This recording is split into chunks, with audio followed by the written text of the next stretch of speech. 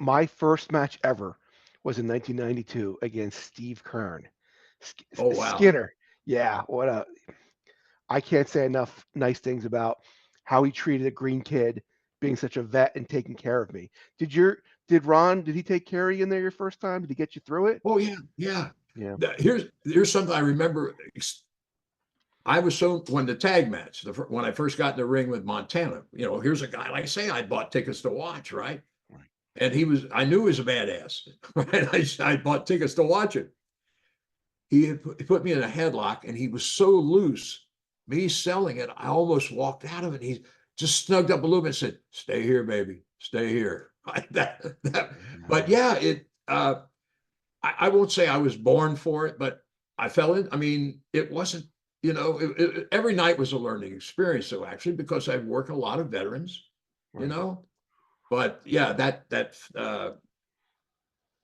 was the beginning, and I haven't looked back since, like I say. And it's who else was trained there? Luke Graham, Crazy Luke was Crazy trained there. Luke. Yep. Yes, I Wow. watched him. I watched his first match in 1961 before I left the territory. He worked with Frank Shields, who wrestled later as Bo Belinsky for the AWA. Bo Belinsky, remember the truck driver gimmick? No, Okay, I don't remember no. that. Also, No. Dusty broke in there. Dusty Really? Rhodes broke in there. Yeah. Wow. Bob Harmon from Cincinnati, who was the first beautiful Bobby with WWF, right? Broke in there. Rufus R. Jones broke in there as well. Sure. Yeah. Sure. Les, who taught you? Of course, you learned how to take a bump. You learned how to lock up. Who taught you the mechanics, though, to be a real pro in the ring? Like, who do you credit with really helping you inside the ring? God, do you have that much time? Because be a long, virtually. That's the other story I heard so much of, and still hear that same story, and I just shake my head about how those veterans didn't want the young guys to get in the business, and that they'd stretch them and snatch them. I'm still waiting. It never had that happen. Some of the older guys were so helpful, So it's just one of the other things too. I went home at Christmas in 1960, and when I came back, I brought my car. I drove back up instead of the bus, right? So I picked up some extra money because the way Tony, you didn't charge trans. Tony paid, if you were driving three guys, he paid you trans for three guys plus your payoff, right? I forgot to tell you, the payoff for my first night in the ring, two Let me matches, let me guess. 12 bucks, I was gonna say 12 10, bucks. 12. Yeah, yes, $12. So, but yeah, so I had a decent car. So, like, he brought in Pat O'Connor, so I drove Pat around. So I learned riding with Pat, Argentina Rocca, Pompero Firpo, Oh, wow. Guy Bernetti and Joe Tangaro, the Bernetti brothers at the time, and Donnie Fargo and Eric Pedersen, who were the Mr. Americas for Jack Pfeffer. Pfeffer worked with Tony Santos as well. A lot of you have heard about Jack Pfeffer, but wouldn't know who he was. But yeah, but so riding with these guys and being in a dressing room with these guys was it was part of the education. It really was. And there's so many old guys that were so helpful. Well, Alex Medina, uh, Ronnie Dupree, Golden Boy Dupree, Frank Kindred, Pat Patterson, the poster behind me, uh, Les Milady and Pat Patterson. Les Milady is Les Thatcher. Okay. Oh, That's my wow. real last name, which is Irish, by the way. And so Santos never thought to change my name in around the Boston area, in that area because of the Irish population. When the first territory I worked in outside of there was for Barnett out of Indianapolis. Okay. And after I'd been and Milady is the way it's pronounced, but people always butcher it. Malady, I mean, I'm used to that. But anyway, so I hadn't changed my name when Barnett took me on. And so about 6 weeks into my run there, Les Ruffin came in the dressing room and said, "The old man wants to change your last name. They're butchering it all the time. He's tired of hearing it. He wants to call you Les Thatcher." And listen, I just wanted to wrestle. Call me whatever you want, right? Sure. I'm, hey, I'm 21 years old. I just want to go.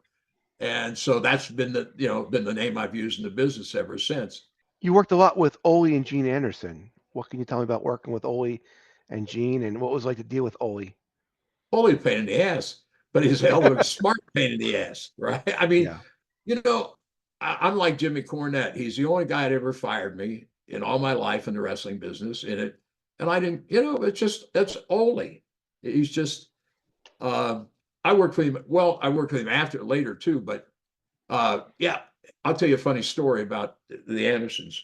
First time I went to the Atlanta territory was in 1966. And Roger Kirby and Dennis Hall were both Indiana boys, and they were like myself, learning the business there. They were down there, so they had gone to Leo Garibaldi, who I had become a big fan of. Him and his dad were a big tag team on the Los Angeles TV, right? The Garibaldis.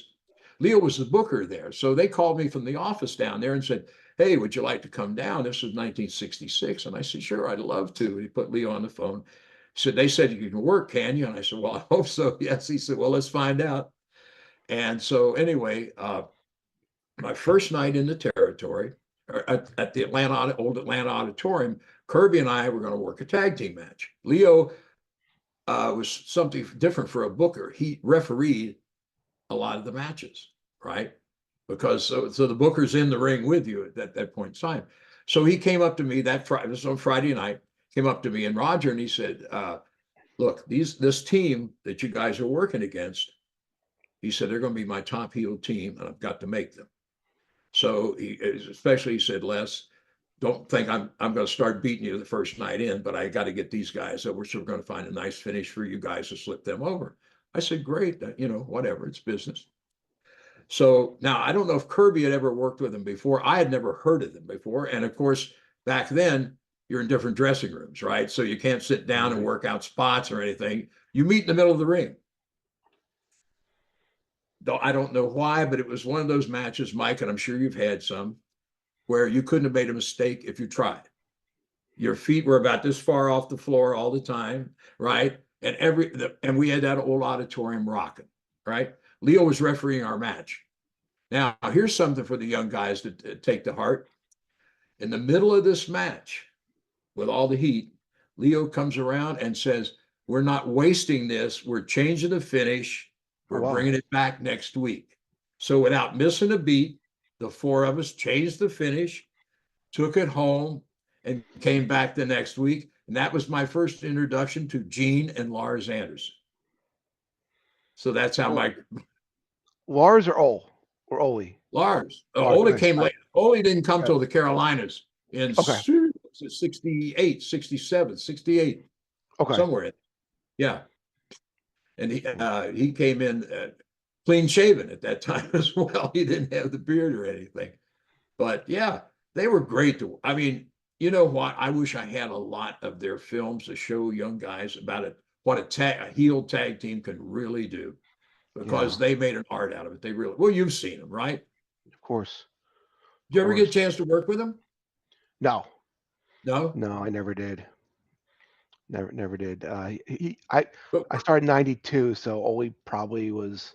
Yeah, he wasn't. I don't think he was still Gene was all right. active. All right. Gene was gone. Yeah. Yeah. How'd you like working Yeah. with Ric Flair? I loved it. It was Yeah. there's another story. When he came into the Carolinas, I had probably his third match with him, right? So this was in Richmond, Virginia at the fairgrounds. And Joe Mernick, the promoter, came in and said, "You're working with a new kid from Minneapolis." And I thought, "Oh Christ, one of Vern's stiffies," right? But he's getting his start. So we met in the middle of the ring, and had a decent match because I wasn't sure what to expect, and he wasn't stiff. He wasn't hard to work with. And when I got back to my dressing room, the guy said, "How was the kid?" I said, "Hey, I think he's going to be all right." Probably the most gross understatement I ever made in my life. I think he's going to be all right. Boy, ever was he all Yeah. right.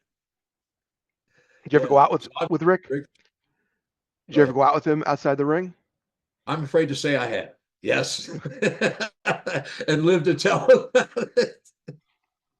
I know a few years ago, somebody said you used to party with Flair. I said, "Well, not every night, but yeah, I've partied with Rick some." He said, I said, listen, when I think about it at this age, I get tired just thinking about it. No, I'm not interested at all. Nor did I ever try to match him, ever, ever, ever. No. But he was a lot of fun. He was a lot of fun, hell to work with. I do a weekly podcast on Friday mornings. It's posted on the Observer Network. Vic, my co-host Vic, yeah, spit it out, Les Sosa. He's a DJ in New York, by the way, on iHeart. We do the show and post it there. But yeah, I'm still doing seminars. I want to tell you a seminar I'm doing in East Tennessee in April. Let me get the date here right. I'm gonna have to break out the see April 11, 12, and 13th, Friday, Saturday, Sunday. It's called Wrestling with the Kingdom. It's gonna be about religion. A little prayer session in the morning. Nobody has to be you don't have to be a Christian to show up. We train. We did this last year up there as well. George South is going to be one of the trainers with me. Matt Sigmund, Brad Thomas, and Chance Prophet.